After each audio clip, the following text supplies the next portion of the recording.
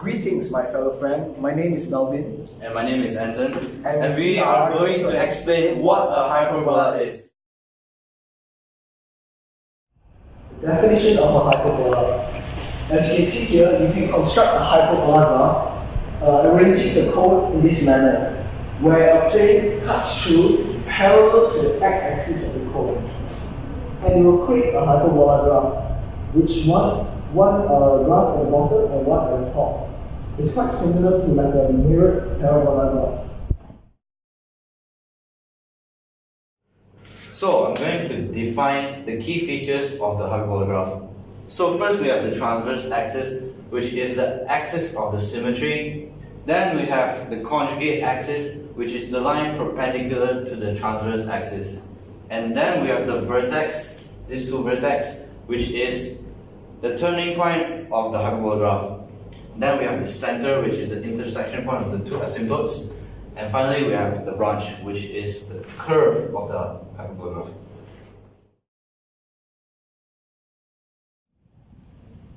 Here, these are the general equations of a hyperbola graph. We have two different types of hyperbola graph. One with the left and right branches, the other with the top and bottom branches.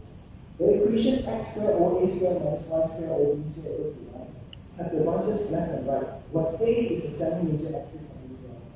And for this graph, y squared over b squared minus x squared over b squared equals to 1, we have the top and bottom branches, where b here is the semi-major axis.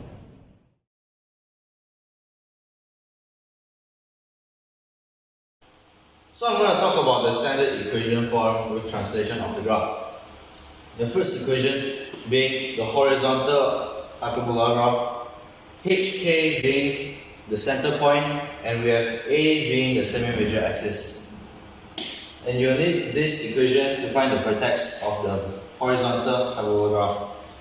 So for the second equation, we have the vertical hyperbola graph, HK being the center point, V being the semi-major axis, and you will need this equation to find the vertex of the vertical hyperbola graph.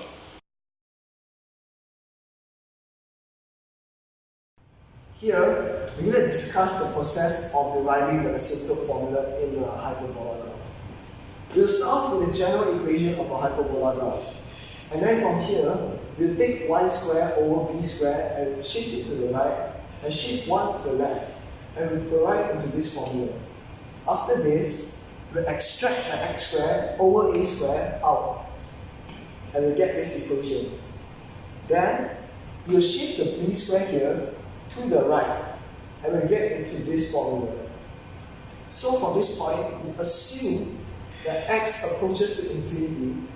This part will go closer and closer to 0, and can just equate as 1. And we'll get into this formula here. After this, we'll shift the square over to this side and square root the whole thing. And the final equation we'll get is y equals plus minus bx over a, or y equals plus minus b over ax. So now I'm going to talk about the applications of hyperbola in real life. One of the many applications of hyperbola in real life is the structure of the cooling tower of a nuclear power plant. This design is standard for all cooling towers of a nuclear power plant. During the design, engineers face two problems. One is the structure has to withstand high wind currents. Second being, it has to be built with least material as possible. With the hyperbolic design, it solves these two problems. For a given diameter, height, and the strength of the tower, the hyperbolic design requires the least materials compared to other shapes.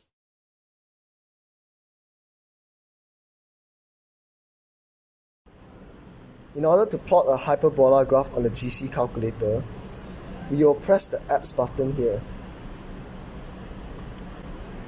And we'll go into section 4 by clicking 4, conics, and hyperbola graph 3.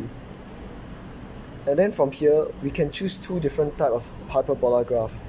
The top one is the hyperbola graph with the left and right branch, and the bottom one is the graph with the top and the bottom branch. So we can press enter in order to enter the values for the A, B, H and K. The H and K would be the center of the graph, and A and B, A will be the semi-major axis and B will be the semi-minor axis. Assuming A is 2, B is 4 and H is 5.